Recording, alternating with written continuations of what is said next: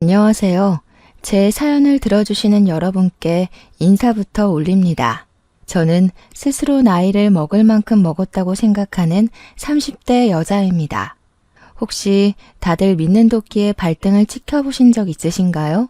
제 나이 30대에 이런 일이 생길 거라고는 정말 꿈에도 상상하지 못했습니다. 중고등학생 때 일어난 일이라면 차라리 그래, 아직 어리니까 그럴 수 있지 하고 넘어갈 텐데 이 나이 먹고 이게 가능한 일인가 싶기도 하고요. 저는 미용고등학교를 졸업하고 미용실에서 샴푸를 하는 일부터 시작해서 지금은 강남의 번듯한 숍 원장 자리까지 꽤 찬 사람입니다. 물론 규모가 큰 숍은 아니지만 직원을 3 정도 두고 있고요. 나이 30살에 개인 숍을 차릴 때까지 정말 한 푼 두 푼 아껴가며 고생 끝에 열게 되었습니다. 솜씨가 꽤 좋은 편이어서 잘 나가는 미용사였음에도 숍 오픈하는데 돈이 정말 많이 들더라고요.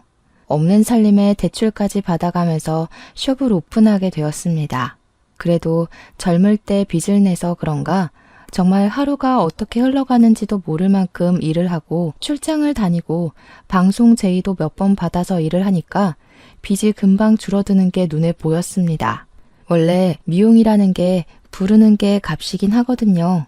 그런 저에게도 꽤 예전부터 단골인 남자 손님이 한 분 있었는데 어느 날 그 손님이 자기 친구를 데리고 온 거예요. 더벅머리에 체크 남방에 누가 봐도 공대생의 느낌이 물씬 풍기는 남성분이었어요. 묘하게 멋부린 것 같은데 촌스러운 느낌이 팍팍 나는 그런 남자 있잖아요. 저를 믿고 맡겨보겠다면서 단골 손님이 자기 친구를 제대로 사람처럼 꾸며달라고 신신당부를 했기에 평소보다 더 열심히 머리를 만져드렸습니다. 유행하는 스타일로 자른 뒤 다운 펌까지 해놓고도 뭔가 부족한 느낌이 들어서 눈썹 정리까지 서비스로 해드렸어요. 햇빛이라는 걸 거의 본 적이 없는 사람인지 얼굴에 잡티 하나 없는 게 머리만 손질하고 눈썹만 다듬었을 뿐인데 사람이 달라 보이더라고요. 한 가지 흠이라고 생각되는 게 바로 언제적 잠자리 안경인지 말도 안 되는 뿔테를 쓰고 있더라고요. 그래서 넌지시 눈이 많이 나쁘신 거면 렌즈를 껴보시는 게 어떨까요? 하고 권유를 했습니다. 한번 도전해보겠다고 하시면서 계산을 하고 돌아가셨는데 한 달 뒤에 정말 멀끔한 훈남이 저를 찾아와서 머리를 하고 싶다고 하더라고요. 처음에는 못 알아보고 바로 해드리겠다고 했는데 자세히 보니까 단골 손님 소개로 왔던 그 친구분인 거예요. 뿔테 안경을 버리고 렌즈를 끼니까 정말 사람이 달라 보이더군요. 저를 향해 어떠냐고 물어보는데 새삼 너무 잘생겨 보이더라고요. 그래서 너무 멋있어지셨다고 진담을 섞어서 이야기를 했죠. 그랬더니 저한테 상당히 쑥스러워하면서 여기서 머리하고 난 이후에 여자들한테 번호를 줄줄이 따였대요. 자기 인생에 먼저 헌팅을 당해서 번호를 따인 적이 처음이었다면서 이야기를 하더라고요. 저한테 고맙다고 수줍게 이야기를 하는데 제가 웃으면서 좋은 사람 만난 거 맞냐고 여자친구 생겼냐고 물어봤죠. 저를 빤히 쳐다보더니 여자친구가 생긴 건 아니라면서 은근슬쩍 자기 어떤 거 같냐고 물어보더라고요. 그러면서 괜찮아 보이면 번호 좀 줄 수 있냐고 자기가 먼저 여자 번호 물어보는 건 처음이라고 했어요. 너무 저돌적으로 밀고 들어와서 저도 처음에는 당황했는데 생긴 것도 훈훈하고 외적인 이미지는 좋아 보여서 번호를 주었습니다.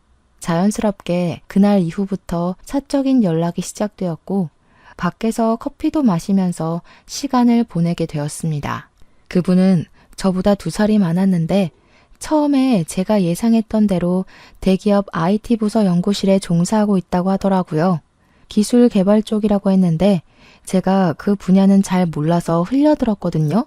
어쨌든 기계를 다루는 쪽이라고 했습니다. 어쩐지 체크 난방에서부터 공대생의 기운이 철철 흘렀다고 이야기를 하니까 막 웃더라고요. 원래 공대생들은 멋부릴 때 체크 난방을 즐겨 입는다면서 그게 그들만의 규칙이라고 하는데 솔직히 좀 충격 먹었습니다. 체크 난방 제가 중학생 때나 유행했던 옷인데 그들만의 리그라고는 하지만 그게 멋부릴 때 입는 옷이라니. 아무튼 몇 번 만나보니까 사람이 쑥맥이긴 하지만 진중한 성격이었고 미래를 위해 차곡차곡 한 발씩 내딛는 그런 사람이더라고요. 저한테 멋없는 고백을 했고 저는 그 고백도 너무 잘 어울린다고 생각하고 연애를 시작하게 되었습니다. 저는 미용만 쭉 일관되게 외길 인생 걸어온 사람이라 유행에 상당히 민감한 타입이었거든요. 남자친구랑 연애를 시작하고 나서 이것저것 꾸며주고 다니기 시작했죠. 저는 아무래도 외적인 걸 상당히 신경 쓰는 타입인데 남자친구는 그런 부분에 완전히 무지한 초짜였어요. 옷도 유행하는 스타일로 싹 바꿔주고 매번 머리도 만져주고 제가 사람 하나 만들었다고 해도 모자라죠. 원래 훈훈하게 생긴 얼굴이었는데 스타일까지 멋들어지게 만들어주니까 어딜 가도 데리고 다니는 맛이 나더라고요. 약간 어깨가 으쓱해질 정도랄까요? 저에게는 같은 미용고 출신의 절친한 친구가 하나 있었어요. 이 친구는 꿈을 품고 미용고에 진학했지만 미용 기술에는 영 소질이 없었던 친구였습니다. 메이크업도 잘 못했고 네일 아트에도 소질이 별로 없었던 친구였습니다. 학교를 졸업하고 나서 미용실에서 저처럼 샴푸부터 차근차근 시작을 했는데 이리저리 치이고 소질이 없다는 것을 깨닫고는 갑자기 술집을 차렸어요. 어린 나이에 무슨 술 장사를 하나 저도 처음에는 걱정이 이만저만이 아니었죠. 술집도 그냥 대학가 앞에 있는 호프집 같은 것이 아니라 영화 같은 데에나 나올 법한 그런 바 있잖아요. 돈 많은 사장님들 상대로 하는 그런 술집이요. 친구가 얼굴 하나는 예쁘게 생겼었거든요. 아무튼 그런 바를 하나 운영하고 있는 친구였는데 저랑 은근히 성격 자체는 잘 맞아서 깊게 친한 건 아니지만 좋은 사이를 유지하고 있었습니다. 왜 깊게 친하지 못했냐면 술집을 운영해서가 아니라 그런 애들 있잖아요. 약간 여우같이 구는 약삭 빠른 애들요. 자기한테 남자친구가 생기면 저한테는 연락 한 통 없다가 헤어지면 만나자 술 먹자 연락해대는 그런 친구였거든요. 그래서 저도 적당히 거리를 두고 친하게 지냈는데 이 친구의 성격을 받아줄 사람이 몇이나 있었겠습니까? 아마 그 친구에게는 제가 유일한 친구나 다름없었을 겁니다. 한동안 연락이 없던 친구에게서 남자친구랑 헤어졌다고 저에게 연락을 했더라고요. 그때 저도 남자친구랑 데이트를 하고 있을 때여서 남자친구랑 있다고 하니까 자기 술집에 놀러 오라고 하더라고요. 근데 그 술집이 분위기가 커플이 갈 만한 곳은 아니라서 어떻게 거절을 하나 하고 있는데 술을 공짜로 주겠다고 하지 않겠어요? 비싼 술만 취급하는 곳에서 공짜로 술을 준다고 하니까 저랑 남자친구는 거절하지 않고 갔죠. 제 남자친구를 보자마자 웬일로 이렇게 멋있는 남자를 만나냐고 옆구리를 쿡 찌르더라고요. 그동안 제가 남자 보는 눈이 별로 없어서 항상 쭉정이 같은 놈들만 만나왔었거든요. 친구가 이런 남자만 골라 만나기도 힘들겠다고 몇 번이나 저한테 잔소리를 했었고요. 저의 잘생긴 남자친구가 의외인 건지 궁금한 게 많더라고요. 어디서 만나게 된 거냐, 직업은 뭐냐, 연봉은 높냐 하면서 마치 부모님이나 물어볼 법한 질문들을 하는 겁니다. 제가 다 민망해서 그만하라고 이야기를 했는데 친구가 저한테 가만히 있으라고 하더라고요. 얘가 항상 오징어 같은 놈들만 만나서 제가 걱정이 돼서 그래요. 암만 그래도 고등학교 시절부터 친하게 지낸 친구인데 이런 질문은 할 수 있지 않아요? 야, 내가 언제 오징어 같은 놈들만 만났다고 그래. 내가 어련히 알아서 잘 만났으려고. 너 말 진짜 이상하게 한다.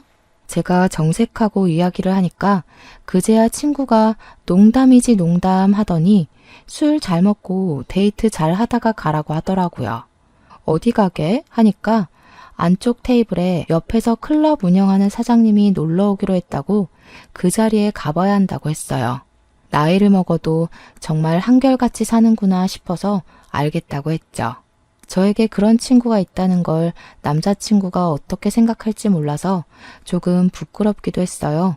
솔직히 그렇잖아요. 여자친구의 친한 친구가 술집을 운영하고 남자라면 사족을 못 쓰는 것처럼 행동한다고 하면 좀 수치스럽지 않겠어요? 그런데 제 남자친구가 순둥이인 건지 아니면 별 생각이 없는 건지 술집을 한번 쓱 둘러보더니 그러더라고요. 이런데 처음 와본다고 자기 친구들 중에는 별 사람이 다 있구나 하는데 그게 정말 신기해서 하는 말 같았습니다. 술집 하는 친구 있다고 편견을 가지면 어떻게 하나 싶었는데 신기하다는 식으로만 이야기하니까 한시름 마음이 놓이더라고요. 그만큼 제가 남자친구를 사랑하니까 잘 보이고 싶은 마음에서 우러나는 마음이었어요. 그날 이후로도 종종 친구네 술집에 가서 술을 얻어먹기도 하고 하면서 연애를 쭉 이어갔습니다. 1년을 훌쩍 넘긴 어느 시점에 친구가 갑자기 연락이 왔어요. 다짜고짜 자기 결혼을 할 거라고 하는데 저는 너무 놀라서 당장 만나자고 했죠. 분명 3개월 전에 마지막으로 친구네 술집에 갔을 때만 하더라도 결혼에 대한 언질은 전혀 없었거든요. 만나는 사람이 있었던 것도 몰랐으니까 갑작스러운 결혼 발표는 충격으로 다가오게 되었습니다. 누구랑 갑자기 결혼을 하냐고 물어보니까 마치 비밀이라도 말하는 듯 저에게 속삭였습니다. 바에 손님으로 드나들던 잘 나가는 사업가를 턱 물었다면서 만난 지 3개월 정도 됐는데 하루빨리 결혼하기로 했다고 하는 겁니다. 제가 마지막으로 바에 방문했던 시점쯤 남자친구가 생겼고 그래서 한동안 저한테 술집에 놀러오라는 연락이 없었던 것이었죠. 저는 3개월 만에 속전속결로 결혼을 한다는 친구가 걱정이 되었고 너무 적게 만나고 결혼하는 거 아니냐고 조금 나무랐어요. 저만 해도 1년을 넘게 연애를 하고 있는데 어떻게 3개월 사람을 겪어보고 결혼까지 한단 말이냐고요.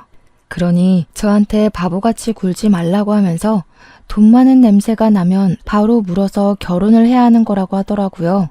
지금 제 남자친구가 직장인이라는 걸 콕 집어 이야기를 하면서 그럴 때는 이 사람 저 사람 눈 돌려가면서 다 재보고 결혼해야 한다고요. 저한테 무슨 바람이라도 피라는 소리인 건지 제 남자친구가 직장인이란 걸 깔보는 듯한 느낌으로 이야기를 해서 기분이 팍 나빠졌죠. 저도 은근히 지고 싶지 않아서 그래서 너 예비 신랑은 뭐 엄청난 부자냐고 물어봤어요. 그러니까 그때부터 자랑질을 해대는데 집도 청담동에 주상복합 살고 돈도 엄청 쓸어담는 사업가라고 침 튀기면서 이야기를 하더라고요. 자고로 남자는 사업하는 사람을 만나야 된다면서 기복이 있긴 하지만 최소 벌어오는 돈이 월에 1,000만 원이라고 하더라고요. 자기가 아무리 강남 한복판에서 술을 팔아봐야 일하는 아가씨들 월급 주고 월세 내면 남는 돈이 별로 없다고 팁이나 좀 챙기면 모를까 하더라고요. 언제부터 이렇게 속물근성이 뼛속까지 스며든 건지 진짜 결혼하고 나면 인연을 끊어내야지 싶었습니다. 친구의 말대로 남편이 사업가로 돈을 좀 벌고 있는 건지 초호화 웨딩을 올리긴 하더라고요.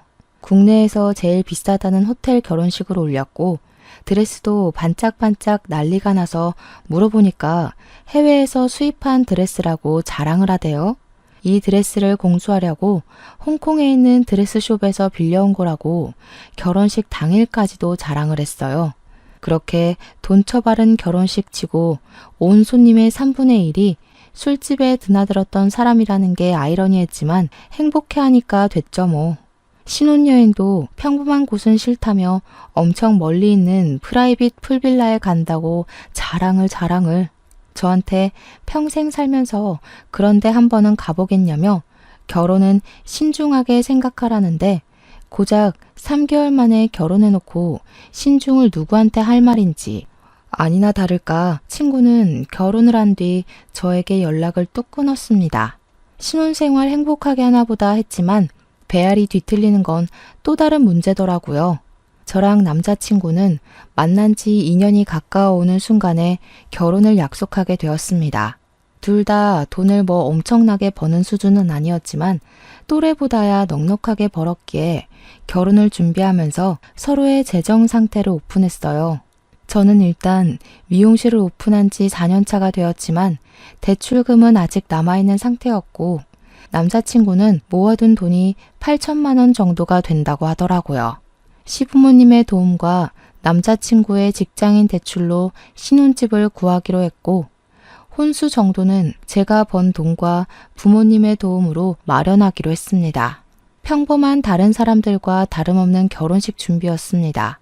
스드메는 간략하게 웨딩 플래너를 끼고 준비하기로 했고 식장은 웨딩홀을 잡았고요. 제가 결혼한다는 소식을 친구에게 전하자 그때부터 걔가 이것저것 시시콜콜 따지고 들면서 준비하는 데 참견을 하더라고요. 그렇게 가성비 좋게 돈 생각하면서 결혼식 해봐야 추억이 쌓이겠냐고 한방 크게 터트려야 하는 거 아니냐고요. 결혼식은 호화롭게 할수록 남들이 부러워하는 거라고 웨딩홀이 뭐냐 적어도 호텔에서는 해야지 하는데 짜증이 났죠. 우리가 좋아서 하겠다는데 왜 자꾸 참견이냐고 우리가 알아서 잘할 테니까 너는 네 남편이나 잘 챙기라고 했습니다. 그랬더니 친구가 저한테 구질구질하게 직장 다니는 남자 만나서 가성비 결혼한다고 선을 딱 넘더라고요. 이래서 돈 많은 사업가를 만나야 팔자가 펴지는 거라고 자긴 지금 너무 행복하다고 하더라고요. 혜정아, 너 기억 안 나? 돈 많은 사업가가 최고라고 하더니 결혼하고 나서 맨날 돈에 허덕이는 거 아니야? 언제더라? 결혼하고 나서 나한테 돈 빌려달라고 했잖아. 돈도 많은 남편이 생활비는 적게 주나 보지? 친구인 혜정이가 저한테 딱 한 번 돈을 빌려달라고 했던 적이 있었거든요. 문득 그 생각이 나서 참지 않고 그냥 혜정이한테 질러버렸더니 애가 저한테 발끈하면서 이야기를 하더라고요. 그달에는 벌이가 시원치 않아서 어쩔 수 없었던 거라고. 매달 쓰는 돈이 있는데 1,000만 원씩 가져다 주다가 500만 원 주면 당연히 허덕이지 하는 겁니다. 물론 혜정이 남편이 진짜 1,000만 원씩 가져다 주는지는 제가 알 턱이 없고요. 저한테 네가 알면 뭘 알겠냐고 하는데 제가 그래도 미용실 운영하면서 한 달에 버는 돈이 꽤 되는데 저런 소리를 하니까 가짜났어요. 혜정아, 네 가치를 높일 생각을 해야지. 남자한테 기생하는 주제에 남한테 왜 참견이니? 네 남편이 어디 딴 년이랑 바람난 것 같다고 전전긍긍할 땐 언제고 술 먹으면 버릇이 개 같다면서 신나게 욕했으면서 이제 와서 사업가 남편이 최고라고 허세를 떨어? 됐어. 너 내 결혼식에 참석하지 마. 제가 딱 잘라서 결혼식에 오지 말라고 하니까 혜정이도 기분이 상했는지 안 간다고 하더라고요. 제가 계좌번호 보내면서 내가 보냈던 만큼 축의금은 돌려주라고 했더니 자존심을 부리는 건지 축의금은 그대로 입금했어요. 저는 남편과 사이좋게 결혼식 준비를 이어갔고 결혼식도 많은 사람들의 축복을 받으며 치렀습니다. 신혼여행도 평소 가보고 싶었던 동남아 국가로 다녀왔고요. 혜정이랑 저랑은 인연을 끄는 것이나 다름없기에 결혼식 이후에 연락을 한다거나 혜정이가 운영하는 술집에 간다거나 하는 일도 없었습니다. 남편은 결혼 이후 마음의 안정이 찾아온 것 같다며 더욱더 열심히 직장 생활에 임하기 시작했고 저도 미용실 운영을 하며 빠르게 빚을 갚고 있었죠. 둘이 벌어서 대출금 갚으니까 같은 돈이 나가도 뭔가 더 빠르게 갚아나가는 듯한 기분이 들었습니다. 결혼한 지 한 2년쯤 지났을 때 남편과 저는 슬슬 생활의 안정감을 느끼고 아이를 가져볼까 하면서 자녀 계획을 세우기 시작했습니다. 그런데 그 시기쯤 뜬금없이 연락을 끊고 지냈던 혜정이에게서 연락이 왔어요. 한번 만나줄 수 있겠냐고 연락이 왔지만 저는 대꾸해주지 않고 무시했습니다.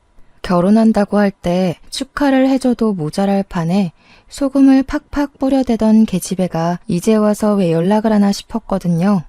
근데 혜정이는 제가 무시하는데도 계속해서 저에게 연락을 해왔습니다. 딱 한 번만 만나달라고 자기가 다 잘못했다고 너무 힘들다고 징징거리는데 솔직히 그간 알아왔던 정도 있고 걱정은 되더라고요. 무슨 일이냐고 하니까 그날 오후에 제가 일하는 미용실로 찾아왔더라고요. 근데 혜정이 얼굴에 시퍼런 멍자국이 있는 게 아니겠어요? 저는 깜짝 놀라서 혜정이 얼굴을 이리저리 살펴보았죠. 얼굴 왜 이래? 남편이 그랬어? 하고 물어보니까 그때부터 눈물을 왈칵 터뜨리는데 무슨 일인지 몰라도 일단 토닥여 주었죠. 혜정이가 엉엉 울면서 자기 죽고 싶을 만큼 힘들다고 해서 다 털어놔봐라 했어요. 혜정이의 남편의 사업이 갑자기 휘청거리기 시작하면서 빚이 생겨버렸대요. 혜정이한테 가게 보증금이라도 당장 내놓지 않으면 망하게 생겼다고 난리를 쳐서 가게도 정리하고 남편 빚 갚는 데 썼다고 하더라고요. 가게를 정리하고 나니까 수입이 전혀 없어졌고 돈이 없어 굶게 생겼는데도 남편은 허구한 날 술만 처먹고 다니더래요. 출근도 하지 않고 집에서 잠만 퍼질러 자길래 돈 벌어오라고 하니까 사업도 다 정리하고 빚만 남았다면서 술이나 먹고 살란다 하더라는 겁니다. 혜정이가 속이 터질 듯 답답해서 그럼 우리는 어떻게 사냐고 뭐 먹고 사냐고 하니까 남편이 혜정이 보고 술집이라도 나가서 돈 벌어오라고 했대요. 네가 가진 명품 가방만 팔아도 얼마겠냐고 사치를 그렇게 하니까 빚이 생기는 거 아니겠냐고 혜정이 탓을 하더랍니다. 돈 팍팍 벌어다 줄 때 적금이라도 꾸준히 부었으면 이렇게까지 힘들지 않았을 거라고요.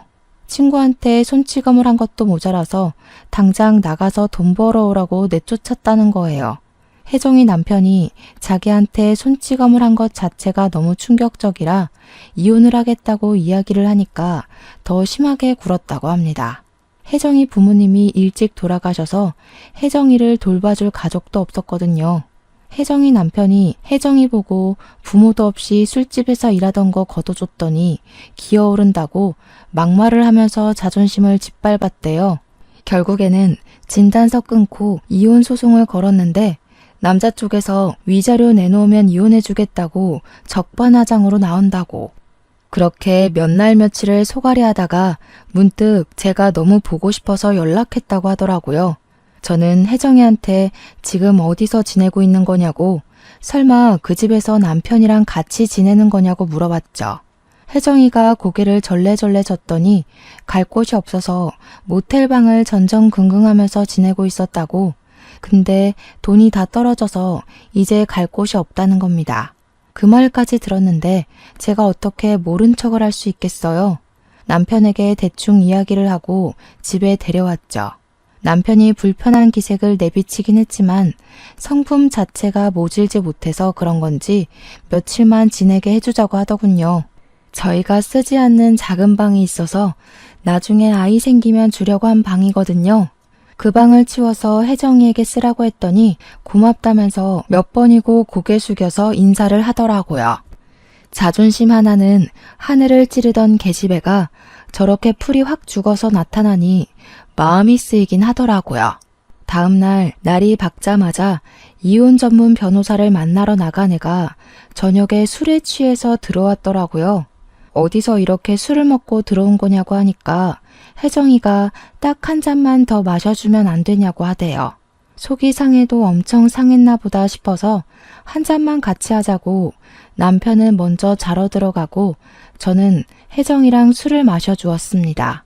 전 남편이랑 이혼 소송 중인데 전 남편이 배임 및 횡령으로 구속 수감이 되었다는 거예요.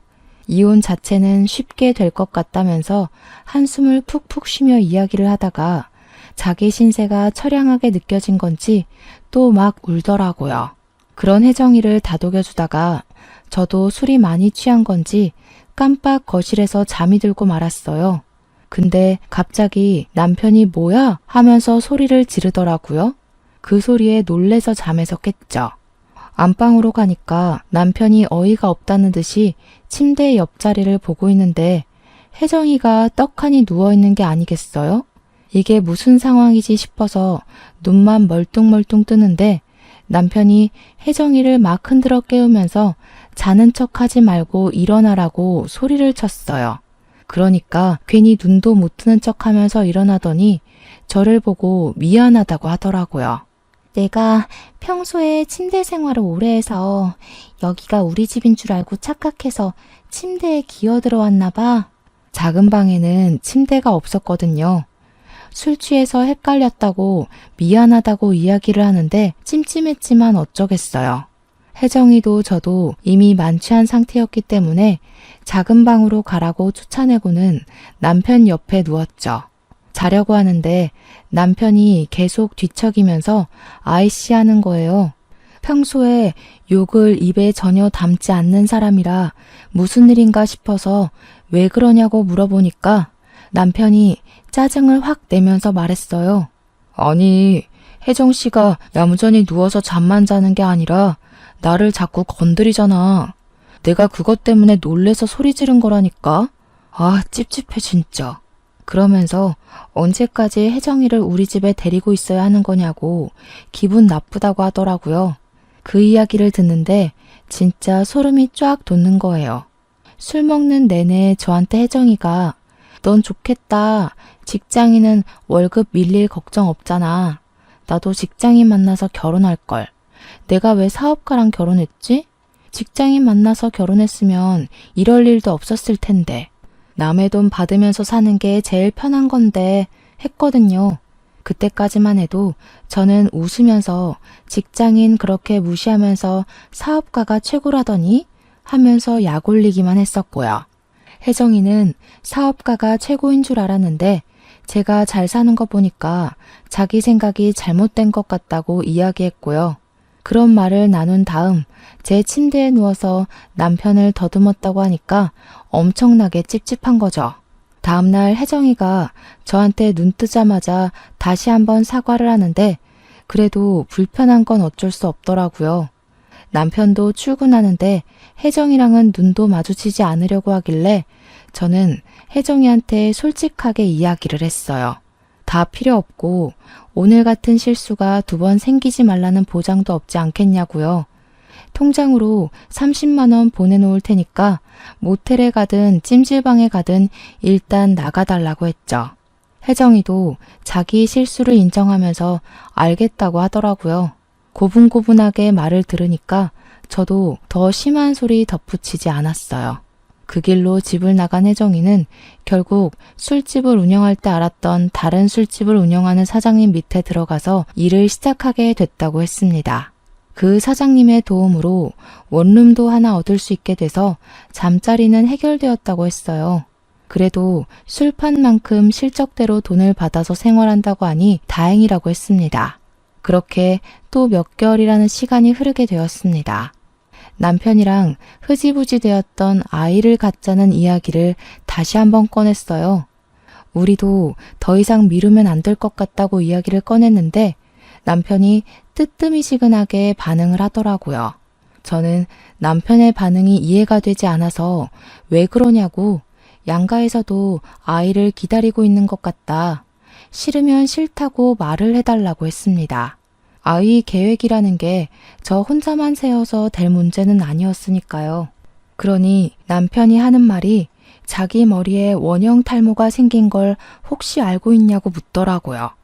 원형 탈모가 생긴 건 꿈에도 몰랐기에 왜 생겼냐고 언제부터 있었냐고 물어보니까 직장에서 받는 스트레스가 너무 심해서 생겼다고 하더라고요.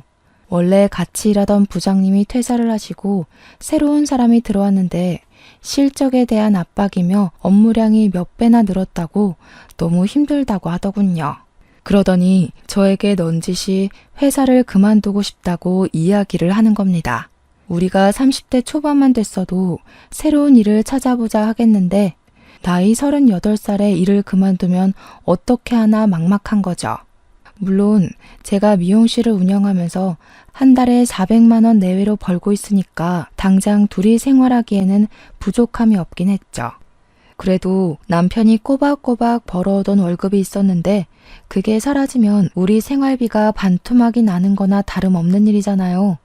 대출도 거의 갚았지만 조금 남았고 아이까지 생기면 나가야 할 돈이 한두 푼이 아닌데 돈 걱정이 먼저 되는 건 어쩔 수 없더라고요.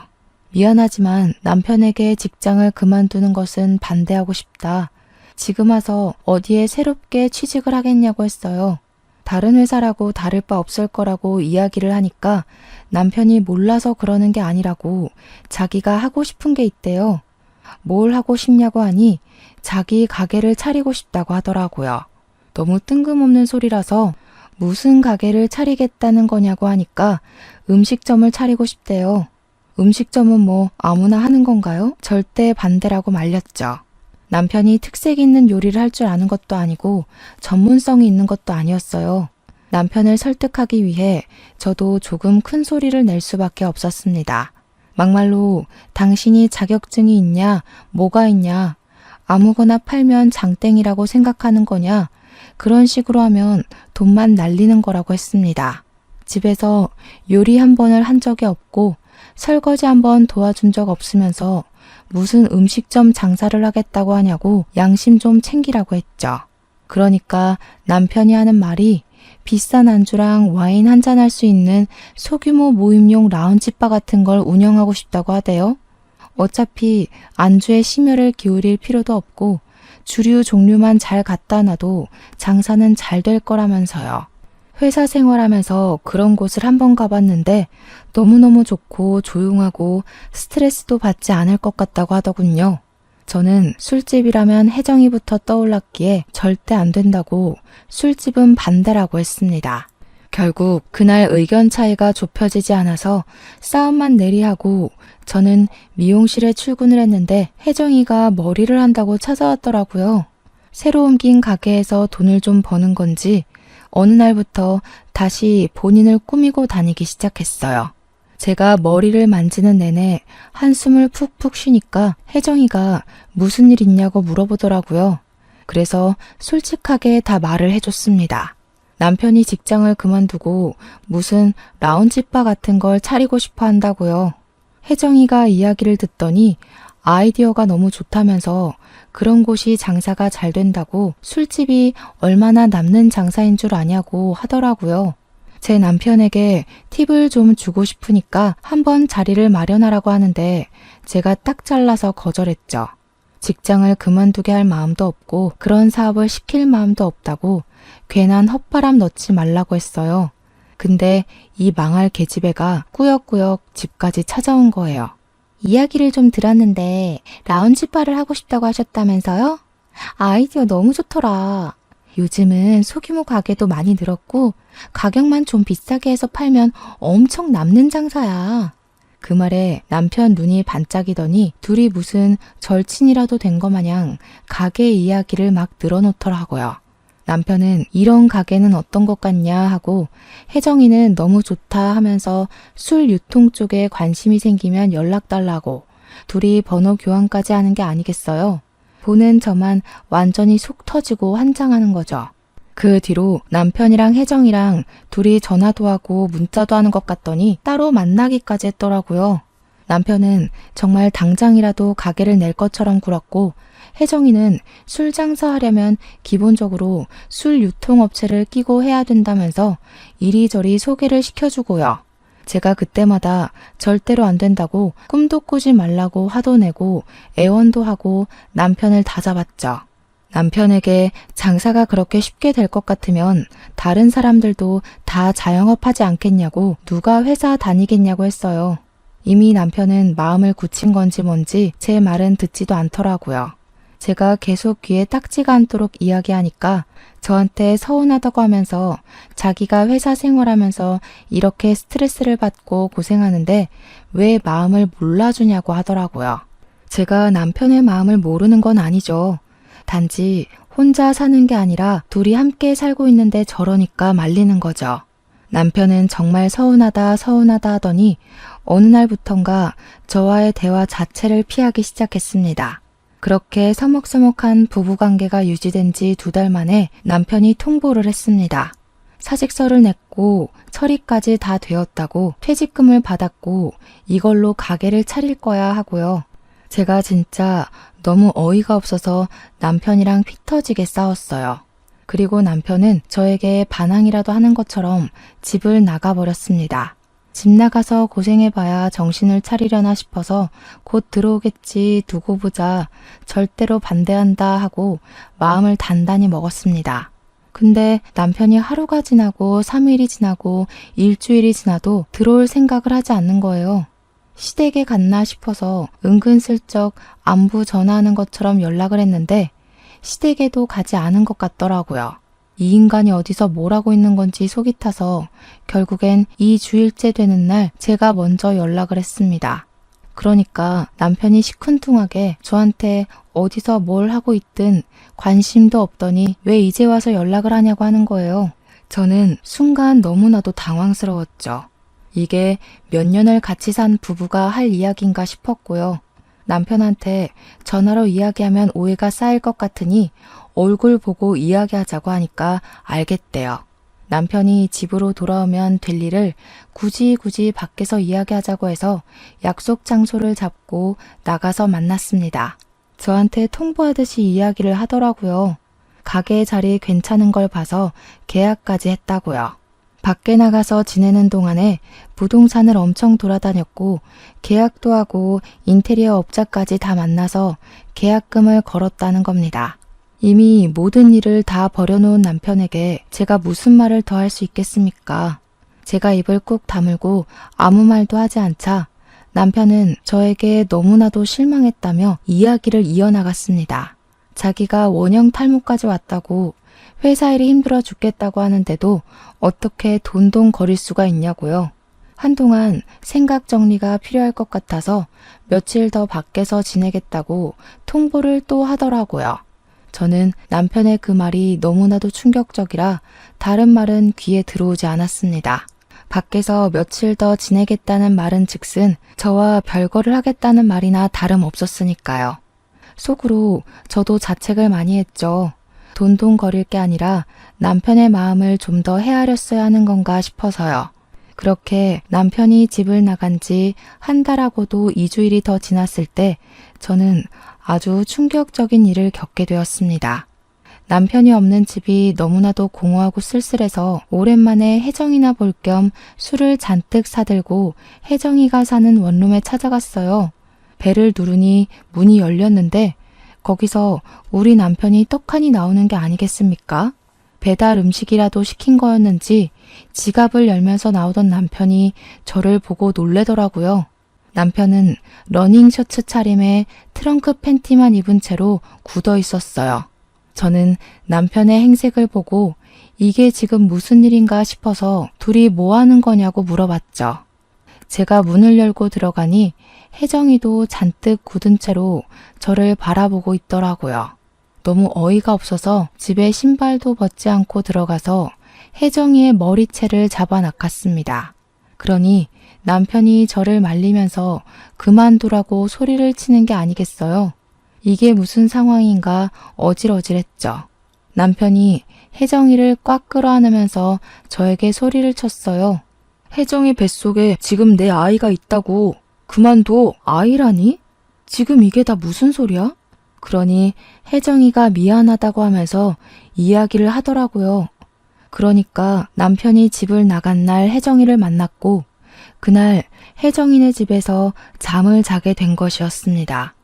제가 연락도 하지 않고 찾지도 않으니 그대로 둘이 같이 지내기 시작한 거예요. 저는 계속 식당은 안 된다고 반대만 하는데 혜정이는 다 잘 될 것 같다면서 응원을 해주니까 혜정이에게 빠져들게 된 거죠.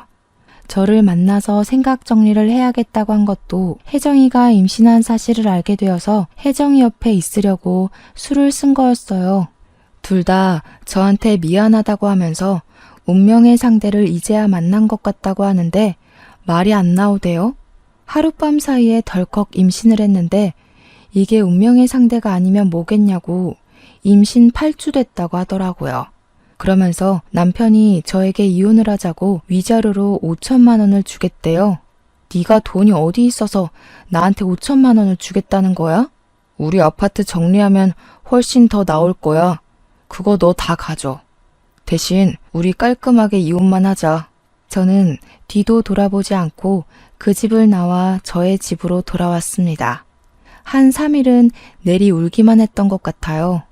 깊은 배신감에 치를 떨다가 정신을 차리기 시작했죠. 돈도 개뿔 없고 일도 때려치운 백수새끼 제가 데리고 살아서 뭐하나 하는 생각을 주입하기 시작했어요. 횡령 및 배임으로 구속 수감되어 있다는 친구의 전 남편이 생각나서 교도소로 찾아갔습니다. 그러다 아주 뜻밖의 사실을 알게 되었어요. 둘의 이혼 소송이 아직도 마무리가 되지 않았더라고요.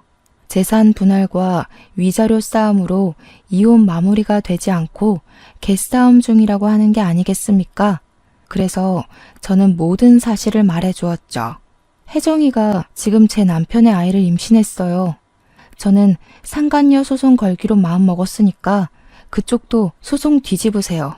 그 말에 혜정이 전 남편은 변호사를 통해서 혜정이가 먼저 바람을 피웠고 자기한테 이혼하자고 뒤집어 씌운 거라고 말을 바꿨습니다.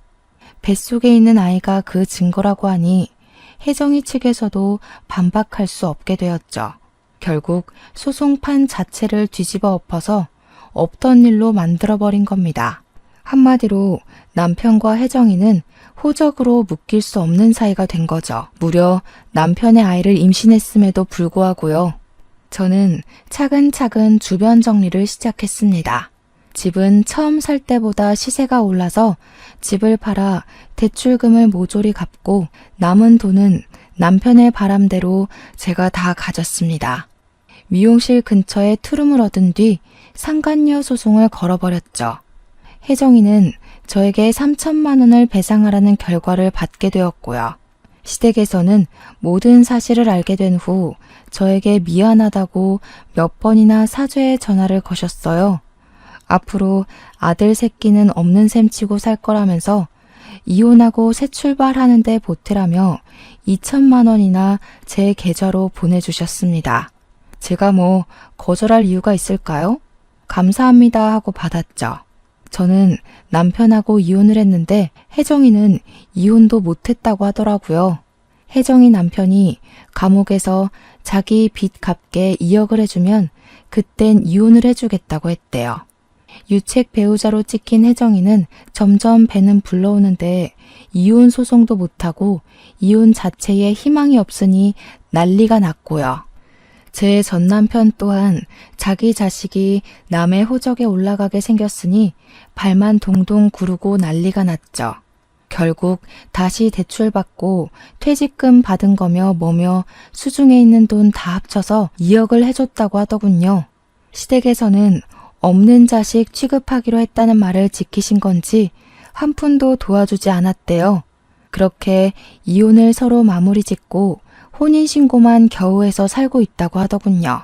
전 남편은 직장 때려치우고 백수의 빈털터리지 가게 내려고 계약금은 죄다 걸었는데 2억 주느라 돈 써서 무산됐지. 친구는 임신까지 한 마당에 술집에서 일을 할 수 없으니까 둘 다 손가락만 쪽쪽 빨고 있다대요. 전 남편은 재취업하려는데 받아주는 곳은 중소기업뿐이고 월급은 250만 원이고요. 둘이 허구한 날 싸운다는 소문만 건너 들리더라고요. 저는 뭐 그 이후로 이혼하면서 받은 돈이랑 시댁에서 미안하다고 준 돈에 상간녀 소송에서 받은 돈까지 합쳐서 돈 굴리면서 살아요. 대출금은 다 갚았고 남은 돈으로 재테크해가면서 살살 불리고 있습니다. 미용실은 여전히 예약 손님 가득이고요. 100세 시대라는데 제 인생 아직 30대 후반이잖아요. 앞으로 살 날이 훨씬 많으니까 용기 내서 좋은 사람 만나면서 행복하게 살아보려고 해요.